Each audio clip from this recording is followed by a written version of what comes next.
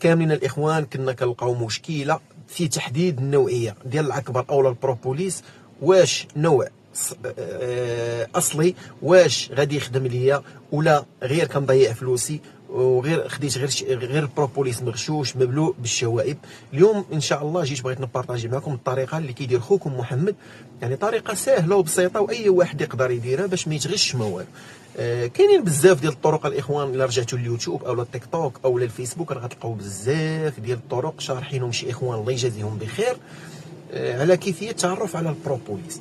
المهم الطريقه اللي كان كيدير اخوكم محمد قبل ما نبارطاجيها معكم الله يجازيكم بخير لما شجعونا على هذا المحتوى باش يستافدوا بزاف ديال الناس بالبارطاج، تحط لنا واحد التعليق تحفيزي، وما تنساش اي صديق او لا صديقه ولا شي واحد عندك في العائله يعني كيحتاج هذه المعلومات حاول تبارطاجي مع الفيديو.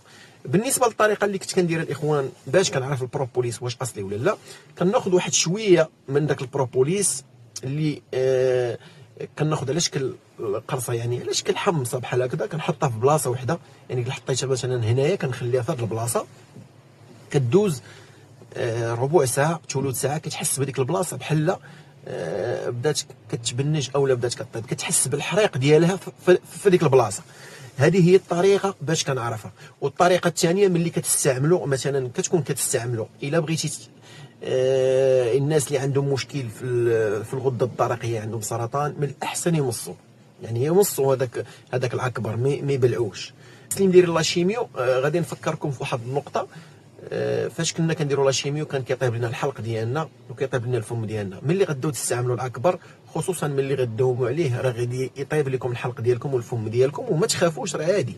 بالنسبه للناس اللي عندهم مرض في القولون اولا في المعده من الاحسن يديروه على شكل كبسولات كيف درت لكم في الفيديو اللي قبل، ويحاولوا يبلعوه باش ما يكرفصهمش ويدير لهم اعراض اللي تقدر هي راه ما فيها والو، الاعراض راه عاديه، حيت فاش كنا كنديروا لاشيميو كيوقع هذا الشيء الماء ما كنبقاوش نشربوه، ولكن باش تفادى هذا الشيء كامل حاول تبلعوه. المهم هذه هي الطريقه الاخوان اللي كندير انا، والطرق اللي شفت بزاف ديال الاخوان بارطاجينهم في كيف قلت لكم في اليوتيوب وفي التيك توك الله يجازيهم بخير، كيشدوه واخا كيطحنوه راه تيقساح، هو غير متجانس. ملي كديروا مع الماء راه ما كيتجانسش.